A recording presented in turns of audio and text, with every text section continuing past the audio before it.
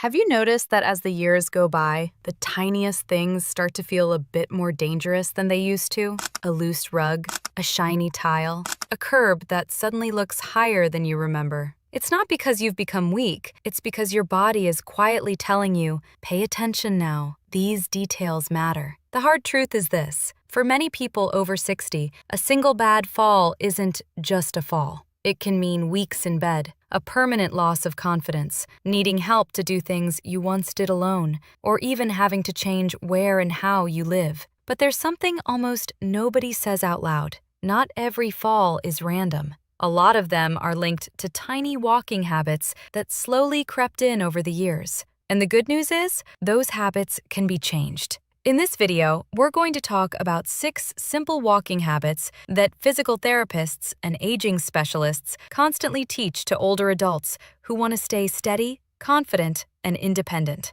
They don't require special shoes. You don't need a gym. You don't even have to go outside. You can start practicing them today, right where you are, with the body you already have. Before we jump into the first step, I'd love to know something. Where are you watching from? And on a scale from 0 to 10, how confident do you feel when you walk outside? 0 means, I'm very afraid of falling. 10 means, I don't worry at all. Share your city or country and your number in the comments. Your answer might make someone else feel less alone. Now, let's get into the habits. Step 1. Head position awareness. We'll start with something so small, most people never connect it to balance: where your head is when you walk.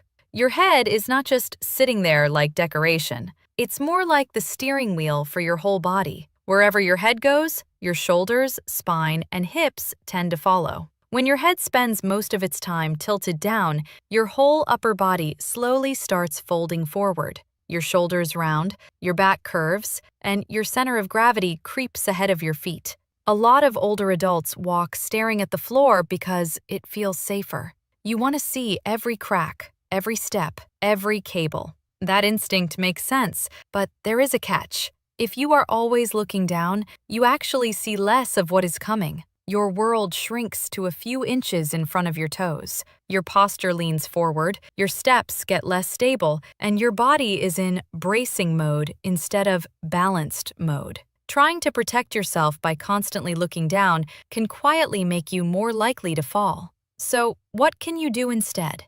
Therapists often use something called the 20-80 rule. For most of your walk, about 80% of the time, keep your head gently lifted and your gaze forward. The other 20% of the time, just flick your eyes down briefly to scan the ground without dropping your whole head and neck. When you walk, imagine your eyes are looking 10 to 15 feet in front of you instead of at your shoes. Your chin is slightly tucked, not lifted to the sky, but your face is forward, not pointed at the floor. This simple shift helps your spine stack up more naturally, your chest open, your lungs work better, and your balance system do its job properly. You can try this right now.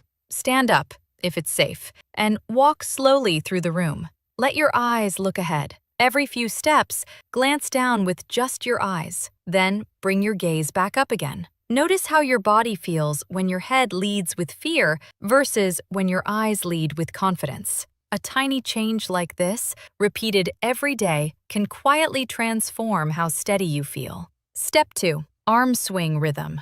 Now, let's move to something most people ignore completely: your arms. We tend to think of walking as a leg thing, but your arms are built-in stabilizers. Every time your right leg swings forward, your left arm should move with it. When your left leg steps, your right arm comes forward. This cross pattern is how your body naturally distributes weight, keeps your trunk from twisting too much, and helps you stay balanced without thinking about it. As the years pass, that rhythm often fades. Maybe you have a stiff shoulder. Maybe you're always carrying a bag, a cane, or holding on to someone's arm. Or maybe, without noticing, you started walking in protection mode, body tight, arms close, everything braced. When fear steps in, your body tends to freeze.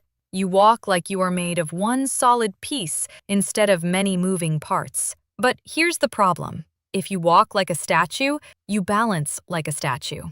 Easy to knock over. The solution begins with awareness. As you walk, let your elbows stay soft, not locked. Allow your arms to swing naturally, even if it's just a small movement. You don't need big, dramatic swings, just an easy, gentle rhythm that matches your steps. If one arm is weaker because of an old injury or surgery, focus on the side that moves more freely. Even one arm swinging is better than none.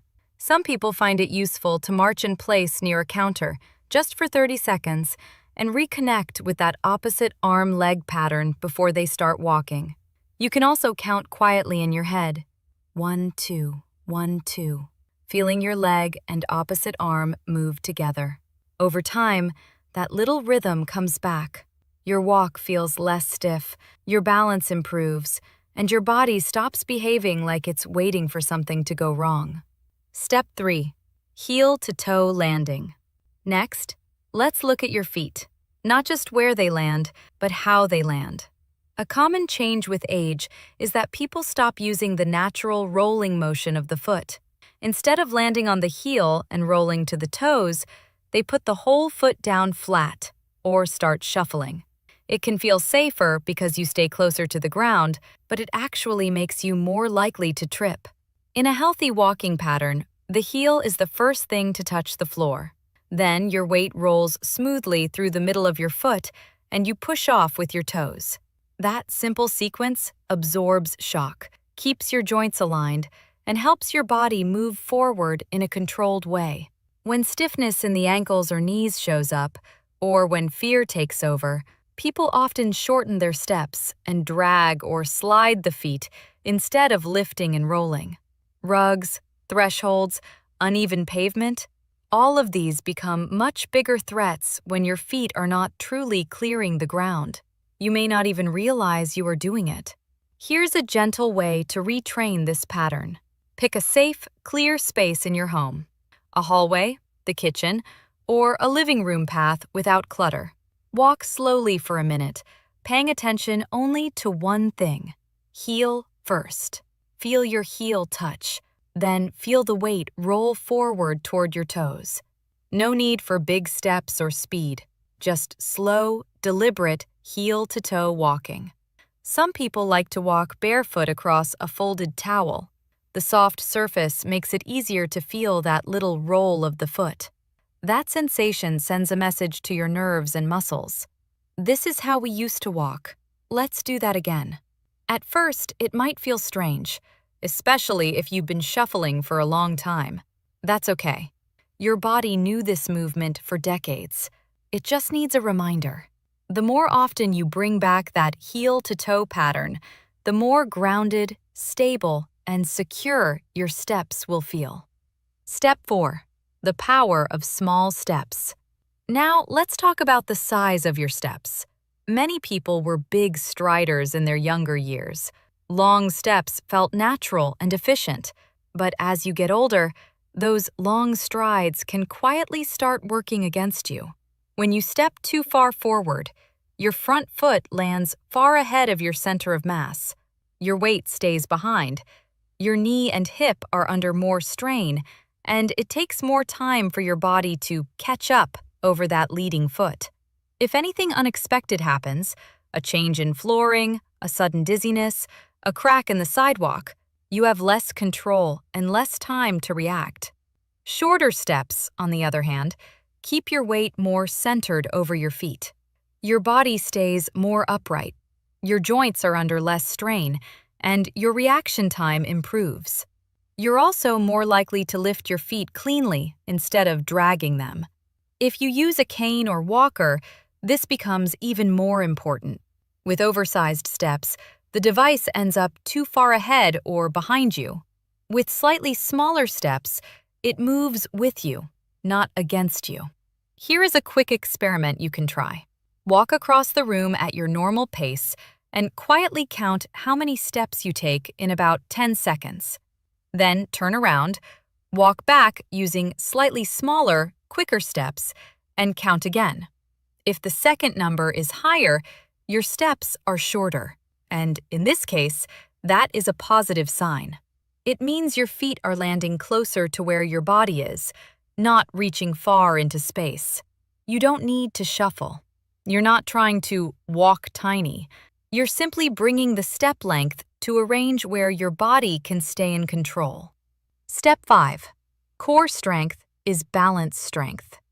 Here's a surprise for many people. Your balance doesn't start in your feet.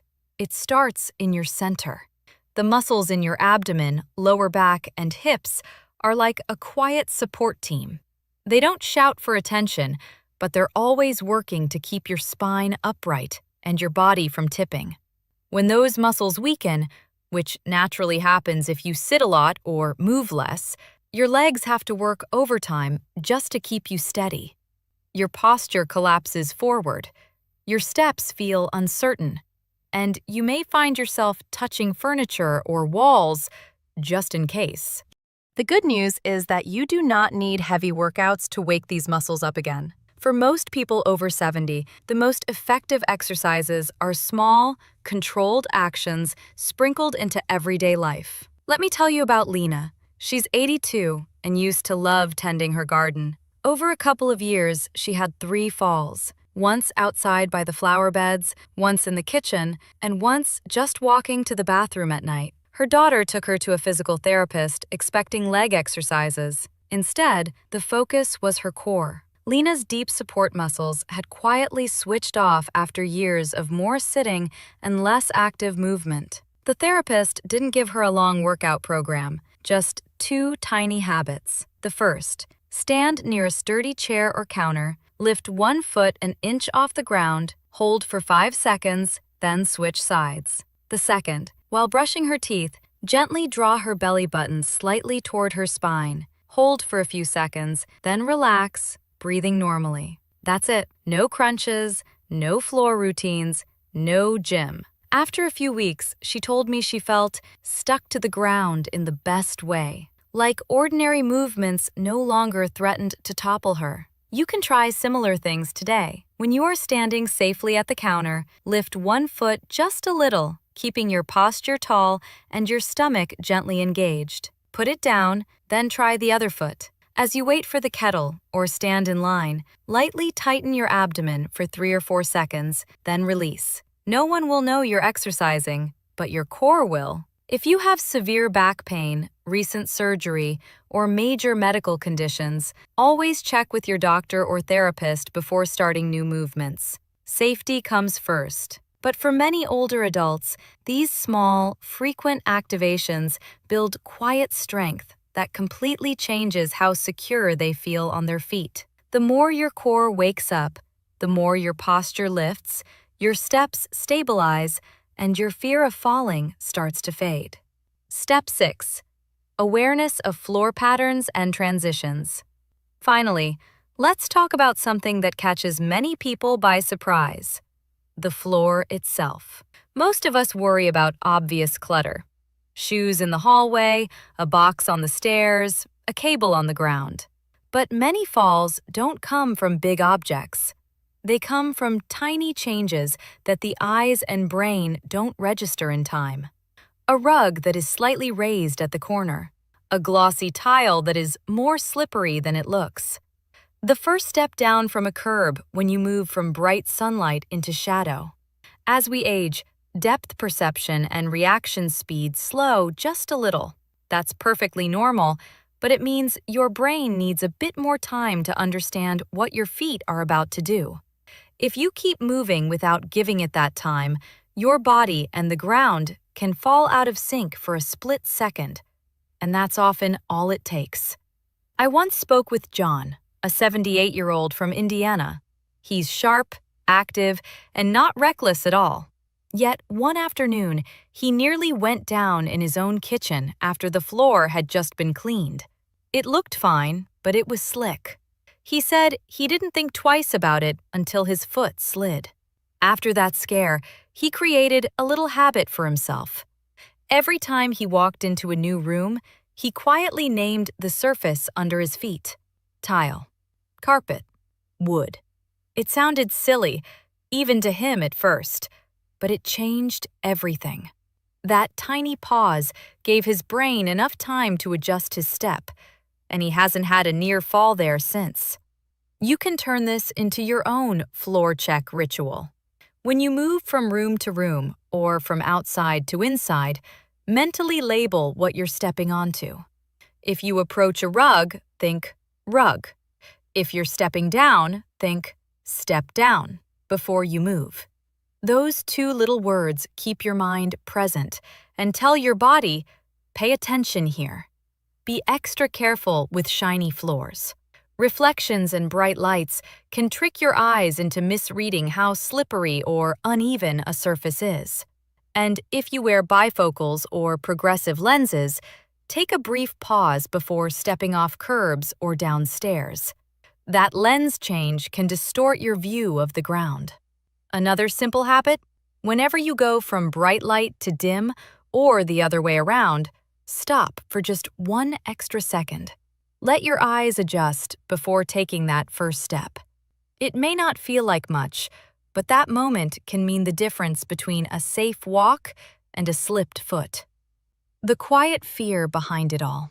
Here's a truth most people never say out loud. One of the hardest parts of getting older isn't the stiffness or the slower pace. It's the fear that sneaks in with it, the fear of falling, the fear of getting hurt, the fear that one wrong step might take away your independence. That fear is heavy. It can make you avoid walks you once enjoyed. It can turn a simple trip to the mailbox into something you overthink. But I want you to remember this: you are not powerless. The 6 habits we've talked about, lifting your head, letting your arms move, using heel-to-toe steps, taking smaller strides, waking up your core, and paying attention to floor changes, are not tricks. They are simple, tested ways to let your body move the way it was designed to move. And you don't have to wait for anything to start. Not for special equipment, not for perfect weather. You can begin with one small change today, in the room where you are right now. I'd love to hear from you. Was there one habit that surprised you? Maybe one you realized you've been doing wrong without knowing? Or one you're going to try tomorrow when you get out of bed? Share it in the comments. I read them, and your words might give courage to someone who is feeling exactly the same fears you are. If this video helped you, please tap like, subscribe, and share it with someone you care about. A friend, a parent, a partner. You never know who might be one habit away from feeling safer on their feet. And if you want to keep going, I've got another video where we walk through simple balance exercises you can do right next to your bed or your kitchen counter. Watch that next to keep building your confidence step by step. Thank you for spending this time with me. Take care of yourself. Walk with your head up, your steps steady, and the quiet confidence that you are not done moving forward. In many ways, you're just getting started.